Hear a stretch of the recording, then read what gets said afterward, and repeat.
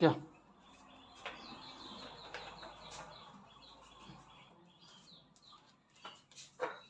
क्या कहाँ से?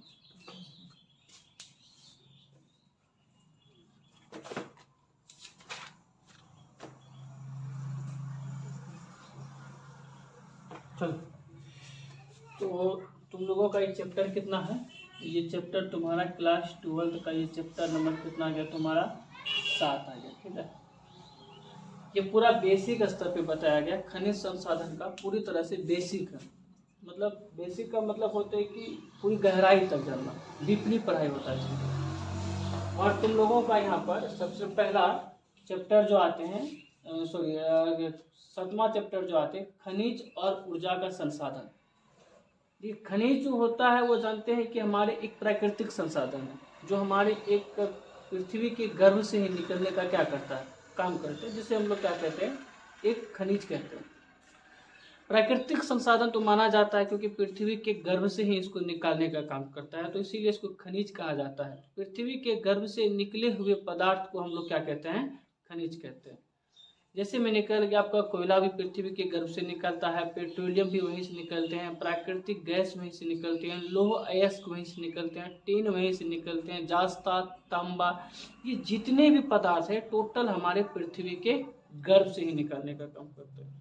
यदि टोटल को एक मेच्योरिटी के आधार पर टोटल को एकत्रित कर दिया जाए तो वह हमारे एक क्या कहलाएंगे, तो खनिज कहलाने का काम करते हैं।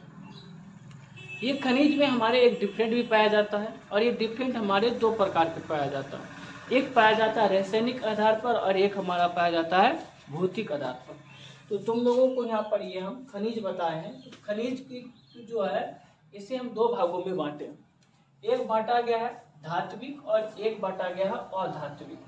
धात्विक मतलब होते हैं वे खनिज जिसमें हमारे एक धातु का क्या पाया जाए, अंश पाया जाए। धातु का अंश पाया जाए तो उसी को हम लोग क्या कहते हैं, धात्विक खनिज। जैसे कहते हैं लोहा, लोहा में आपको एक धात्विक का अंश पाया जाएगा, धातु का अंश पाया जाएगा, तो लोहा एक कौन खनिज हो गया, धात्विक खनिज हो गया। जैसे कहते हैं कि मैग्नीज, मैग्नीज में आपको पाया जाएगा किसमें, उसमें धातु का अंश पाया जाएगा, तो मैग्नीज भी एक क्या हो गया, धात्विक खनिज आ गया। तो यहाँ पर बताएं कि धात्विक खनिज किसे कहते हैं, वे खनिज जिसमें हमारे धातु का अंश पाया जाता है उसे हम लोग धात्विक खनिज कहते हैं। एक हमारे होते हैं अधात्विक खनिज, वे खनिज जिसमें हमारे धातु का अंश नहीं पाया जाता तो उसे हम लोग कहते हैं अधात्विक खनिज कहते हैं। अब यहाँ से एक ये मेरा हुआ धात्विक खनिज और ये मेरा हुआ अधात्विक खनिज। इसमें लोहे का अंश पाया जाएगा, इसमें लोहे का अंश नहीं पाया जाएगा। धात्विक खनिज को दो भागों में बांटे हैं, एक बांटा गया है लौह खनिज और एक बांटा गया अलोह खनिज। लौह खनिज का मतलब क्या होते हैं, जिसमें हमारे संपूर्ण रूप से लोहे का अंश पाया जाए उसे हम लोग कहते हैं लौह खनिज। और वो लोह में क्या होते हैं, इसमें हमारे लोहे का अंश न्यूनतम बहुत कम मात्रा में पाया जाता है, तो जिसे हम लोग कहते हैं अलोह खनिज। इसमें हमारे जैसे मैग्नीज हो गया और सॉरी लोहा हो गया, मैग्नीज हो गया। तो मैग्नीज और लोहा में आपको यदि बात किया जाए ये किस खनिज में रखा जाता है, तो इसे धात्विक खनिज में रखते हैं। धात्विक खनिज का किस में रखा जाता है, तो ये रखा जाता है लौह खनिज में रखा जाता है। और एक हमारे होते हैं अधात्विक खनिज, वैसे खनिज जिसमें हमारे लोहे की मात्रा न्यूनतम मात्रा में पाया जाता है, उसे हम लोग क्या कहते हैं, अलोह खनिज। जैसे में तांबा, बॉक्साइट आदि। ये बात आपको समझ में आएगा। अब हम आते हैं अधात्विक खनिज, जिसमें हमारे लोहे की अंश नहीं पाया जाता उसे हम लोग कहते हैं अधात्विक खनिज।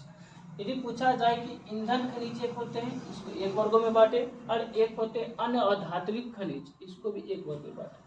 मतलब अधात्विक खनिज दो भागों में बांटा गया है। एक हमारे बांटा गया है कौन सा, तो ईंधन खनिज, और एक हमारे बांटा गया अन्य अधात्विक खनिज। याद रखिएगा, खनिज कितने वर्गों में, दो वर्गों में, एक धात्विक खनिज और एक हमारे अधात्विक खनिज। धात्विक खनिज में धातु का अंश पाया जाता है और अधात्विक खनिज में धातु का अंश नहीं पाया जाता है। धात्विक को दो भागों में बांटे हैं, एक लोह में और एक बांटे हैं अलोह में। लोह का मतलब होता है जिसमें हमारे लोहे की मात्रा पाया जाता है उसे हम लोग लोह खनिज कहते हैं। जिसमें हमारे लोहे की मात्रा न्यूनतम पाया जाता है उसे हम लोग कहते हैं अलोह खनिज। उसके बाद आते हैं अधात्विक खनिज को दो भागों में बांटा गया। एक हमारे बांटे गए ईंधन खनिज और एक हमारे बांटे अन्य अधात्विक खनिज। ईंधन खनिज में कोयला, जैसे मान लेते हैं पेट्रोलियम, जैसे मान लेते हैं गैस। ईंधन खनिज आपको तीन को ही लेना है, एक पेट्रोलियम, एक गैस और एक कोयला, ये होता है। और अन्य अधात्विक खनिज में अभ्रक, चूना, पत्थर, ग्रेफाइट पाने का। देखिए हमारा कहने का मतलब है इसमें सर जी अधात्विक ऐसा खनिज होते हैं जिसमें कार्बन हमारे नहीं पाए जाते हैं और इसमें हमारे कार्बन पाए जाते हैं। तो जिसमें हमारे कार्बन पाया जाएगा तो उसे हम लोग क्या कहेंगे, ईंधन खनिज कहेंगे। जिसमें हमारे कार्बन नहीं पाया जाएगा तो उसे हम लोग क्या कहेंगे, अन्य अधात्विक खनिज कहते हैं। तो इसमें हमारे कार्बन में तीन चीज है, कोयला, पेट्रोलियम, गैस। और अन्य धात्विक खनिज में अभ्रक है, चूना है और पत्थर है और ग्रेफाइट है, आदि चीज हमारे पाए जाते हैं। मतलब इसमें हमारे कार्बन नहीं पाए जाते हैं, इसमें कार्बन नहीं होते हैं और इसमें कार्बन सर्जी होने का काम करता है। तो ये आपका पॉइंट आता है, इसमें कार्बन हमारे हैं। तो ये हमारे एक खनिज की चर्चा है कि खनिज यही होते हैं जो पृथ्वी के गर्भ से निकले हुए पदार्थ को खनिज कहते हैं। खनिज को दो वर्गों में बांटा गया, धात्विक खनिज और धात्विक खनिज। धात्विक खनिज किसे कहते हैं, जिसमें हमारे धातु का अंश होते हैं उसे धात्विक खनिज। और धात्विक खनिज किसे कहते हैं, जिसमें हमारे धातु का अंश नहीं होते हैं उसे हम लोग अधात्विक खनिज कहते हैं। इसमें यह बात समझ में आ गया। दूसरी बात ये होती है कि धात्विक खनिज को दो भागों में बांटा गया, एक लोह और एक होते हैं अलोह। और अधात्विक खनिज को भी दो वर्गों में बांटा गया, एक होते हैं मतलब ईंधन खनिज कहा जाता है, एक और होते हैं हमारे अन्य अधात्विक खनिज पाया जाता है। ये आपको समझ में याद रखना। अब जानेंगे कि हमारे भारत देश में खनिज का वितरण, कि भारत देश में खनिज किस प्रकार से है। देखिए भारत की तीन श्रेणी की बात किया जाता है, एक हमारे होते हैं पर्वत, एक होते हैं पठार और एक होता है हमारे मैदानी। तो भारत में देखा जाए तो मैदानी भाग में बहुत कम मात्रा में खनिज पाए जाते हैं, सबसे अधिकांश मात्रा पठारी भाग में भारत में सबसे अधिक खनिज पाए जाते हैं। तो भारत की हम चर्चा करते हैं कि भारत में सर जी खनिज कहाँ कहाँ पाए जाते हैं, किस किस प्रकार से पाए जाते हैं और भारत के किन किन राज्यों में खनिज पाए जाते हैं और कितने परसेंटेज के रूप में रखने का काम करते हैं। देखिए भारत देश में संचित कोष की भंडार के मामला में देखें तो कोयले की भंडार जो है 97%, भारत का 97% जो कोयला पाया जाता है किन किन में, दामोदर नदी, महानदी, गोदावरी घाटियां। इस तीन जगह से भारत का 97% कोयला निकलने का काम करते, बाकी बचा 3% वह वगैरह जगह निकलने का काम करते। ये याद रखिएगा, दामोदर नदी, महानदी और गोदावरी घाटियों से भारत का लगभग 97% कोयले निकलने का काम करते हैं। उसके बाद हम यहाँ पर खनिज तेल की चर्चा करते हैं। खनिज तेल कहाँ पर, तो असम, गुजरात, बॉम्बे आच्छादित चट्टानों में मिलने का काम करते हैं।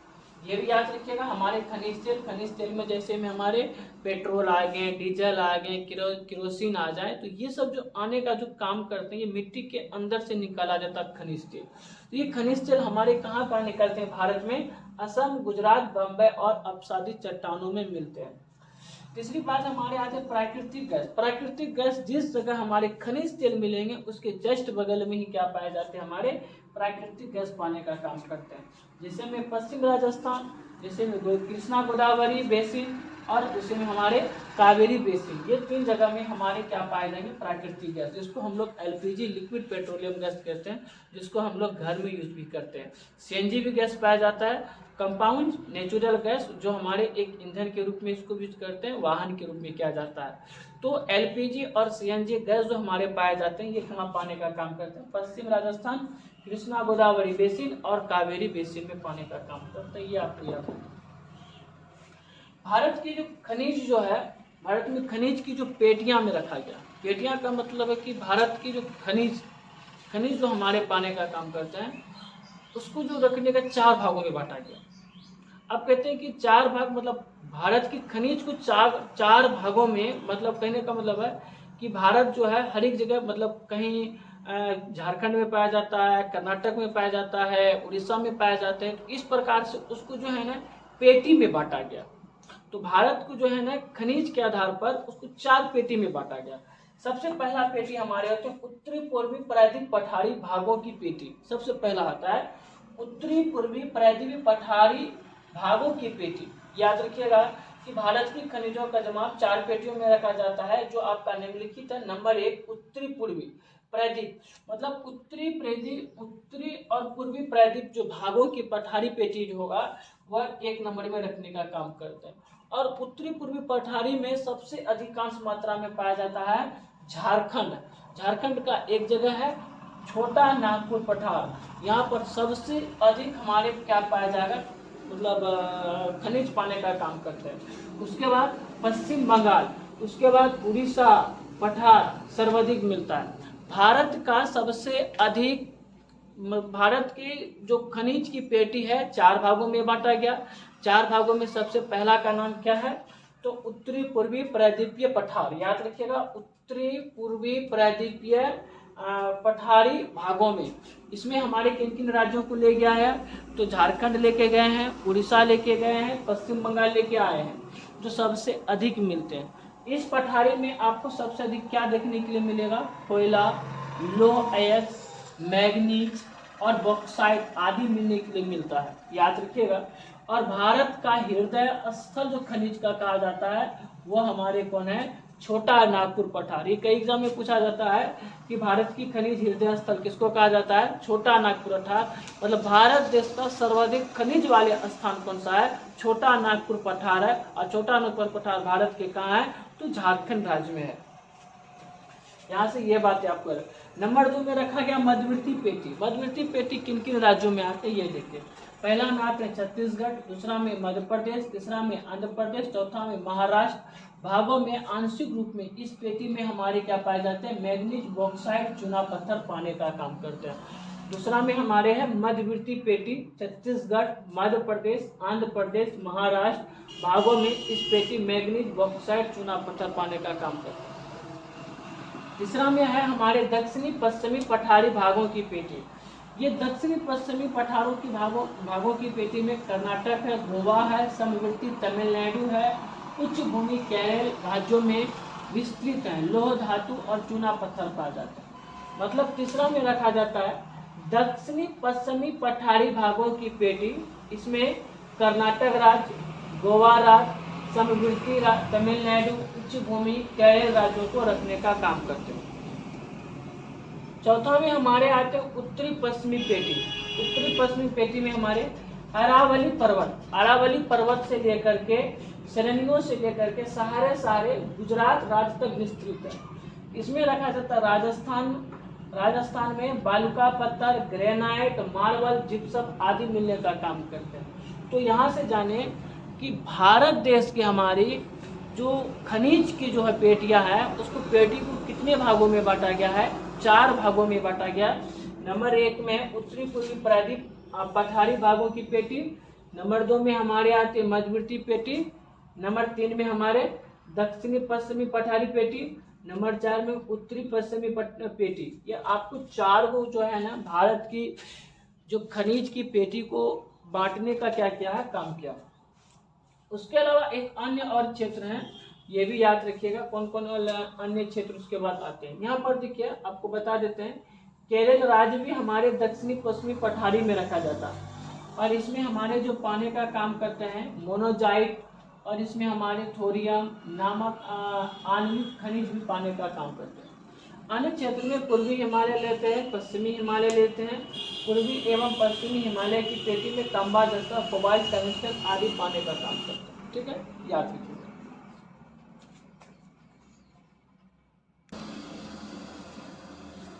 चलो आप जानेंगे लोह खनिज। लोह खनिज में हमारे क्या होते हैं, जिसमें हमारे लोहे का अंश पाया जाता है, उसी को हम लोग कहते हैं लोह खनिज। लोह खनिज में जिसमें हमारे लोहे का अंश की मात्रा सबसे सर्वाधिक पाया जाता है। लोह खनिज का मतलब क्या होते हैं, लोह खनिज लोहे का अंश पाना, जिसे हमारे धातु का क्या पाया जाता है, अंश पाया जाता है, उसी को हम लोग क्या कहते हैं, लोह खनिज।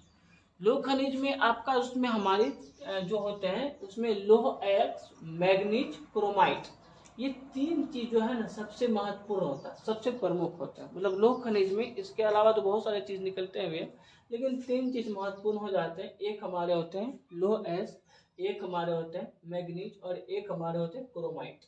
तो सबसे पहली बात क्या है, लोह अयस्क खनिज क्या है, तो लोह अयस्क जो हमारे जिसमें लोहे का अंश पाया जाता है। मैग्नीज यदि लीजिएगा, मैग्नीज में आपको किसका अंश पाया जाएगा, लोहे का अंश। क्रोमाइट ले लीजिएगा, क्रोमाइट में भी क्या पाया जाएगा, लोहे का अंश पाया जाएगा। और लोह एस भी ले लीजिएगा, उसमें भी क्या पाया जाएगा, तो संपूर्ण मात्रा में उसमें क्या पाया जाएगा, लोहा। मतलब लोह एक्स का मतलब है वे खनिज जिसमें हमारे किसका अंश पाया जाए, लोहे की अंश पाया जाए, उसी को हम लोग कहते हैं लोह एस। यदि लोह एस की चर्चा लेते हैं, भारत जो है विश्व का लगभग 4% लोह एक्स उत्पादक देश है। मतलब भारत जो है विश्व का लगभग 4% लोह एक्स उत्पादक देश है। मतलब विश्व में 4% भारत देश अकेले मतलब लोह का उत्पादन करने वाला देश है।